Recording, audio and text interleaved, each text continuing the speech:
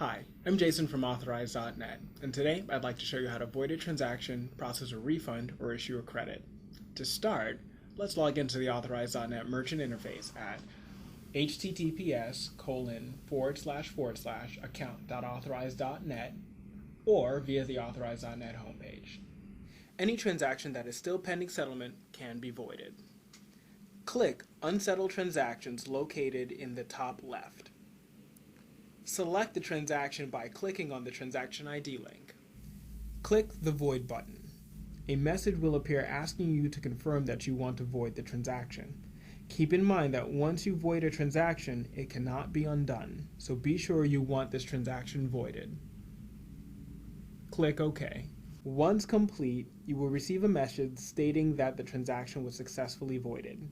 You will also see that the transaction remains in your unsettled transaction list, but the trans status has changed to voided. In addition to voiding individual transactions, you can void groups of transactions at once. To void multiple transactions at once, click the top Filtered By drop-down box and select Group Void. The page is refreshed and contains all unsettled records that are eligible to be voided. Check the box to the left of the transaction ID to void the transaction. You may select a single transaction or multiple transactions on a single page of results. Click Void. Another message will pop up asking you to confirm that you want to void the transaction. Click OK. To issue a refund on a transaction, the following criteria must be met. Refunds cannot be issued on transactions that have failed, were declined, or have been settled for more than 120 days. The sum total of refunds issued to a credit card cannot exceed the amount of the original transaction. Refunds cannot be issued for charges that are in your unsettled transactions. Only transactions that have settled may be refunded.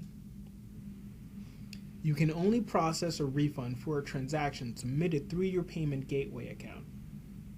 In order to refund the transaction, you must first locate the transaction.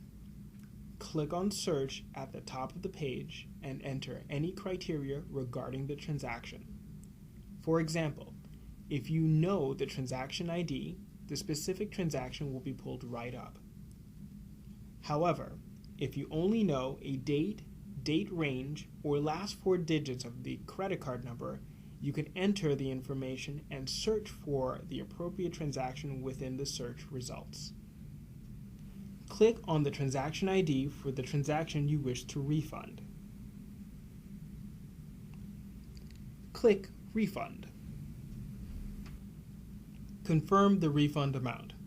You may adjust the refund up to, but not above, the original amount.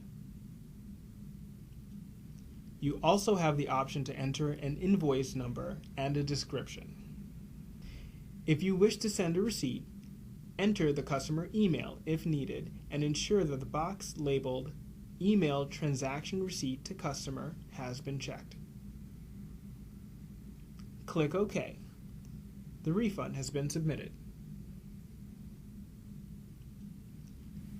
In order to refund a transaction following the 120-day limit, you will need to apply for Expanded Credit Capabilities, or ECC. To find out more about ECC, please visit our knowledge base at www.authorize.net/help.